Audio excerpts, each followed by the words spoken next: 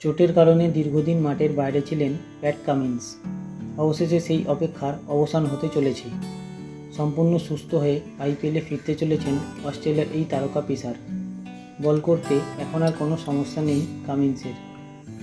সাম্প্রতিক মেডিকেল রিপোর্টের ভিত্তিতে তাকে সবুজ সংকেত দিয়েছে ক্রিকেট অস্ট্রেলিয়া। ফলে দ্রুত ভারতে এসে সানরাইজার্স শিবিরে যোগ দেওয়ার কথা তাঁর। সব কিছু ঠিক থাকলে খুব শীঘ্রই আবার আইপিএলের মঞ্চে দেখা যাবে কামিন্সকে। সদ্য রাজস্থান রয়্যালসকে 57 রানে হারিয়ে আত্মবিশ্বাসের তুঙ্গে সানরাইজার্স।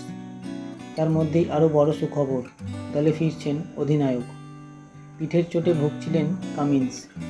ভারতে এলেও চলতি মাসের শুরুতে স্ক্যান করানোর জন্য অস্ট্রেলিয়া ফিরে যেতে হয়েছিল তাঁকে।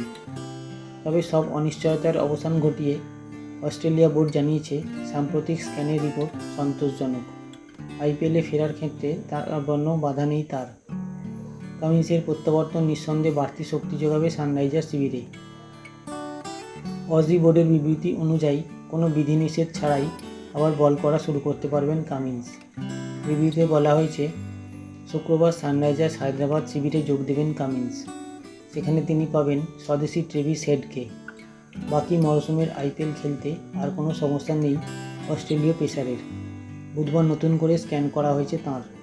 যে সমস্যার কারণে তিনি গত বছরের আগস্ট মাস থেকে মাত্র একটি ম্যাচ খেলেছেন, সেই সমস্যা মিটে গিয়েছে। কামিন্সের অনুপস্থিতিতে হায়দ্রাবাদের নেতৃত্ব সামলাচ্ছেন ঈশান কিষান। তবে কামিন্স দলে ফিরলে আবার অধিনায়কের দায়িত্ব তাঁর হাতেই ফিরবে। 18 কোটি টাকায় কামিন্সকে রিটেন করেছে সানরাইজার্স হায়দ্রাবাদ। তবে আইপিএলের উদ্বোধনী ম্যাচে খেলেননি কামিন্স। কেকেআরের বিরুদ্ধেও মাঠে নামেননি। আসলে টুর্নামেন্ট শুরুর আগেই জানা গিয়েছিল আইপিএলের প্রথম পর্বের কোনো ম্যাচেই তাকে দেখা যাবে না। দ্বিতীয় পর্বে মাঠে নামতে পারেন কামিন্স, কিন্তু এরপর জানা যায় ভারত থেকেই চলে যাচ্ছেন তিনি। অস্ট্রেলিয়ায় প্রায় সপ্তাহ দুয়েক থাকার পর অবশেষে কামিন্স যোগ দিতে চলেছেন সানরাইজার্স শিবিরে।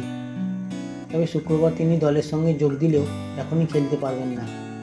সব কিছু ঠিকঠাক থাকলে 25শে এপ্রিল রাজস্থান রয়্যালস ম্যাচে তার নামার কথা। তার আগে চেন্নাই সুপার কিংস এবং দিল্লি ক্যাপিটালসের বিরুদ্ধে খেলবে সানরাইজার্স।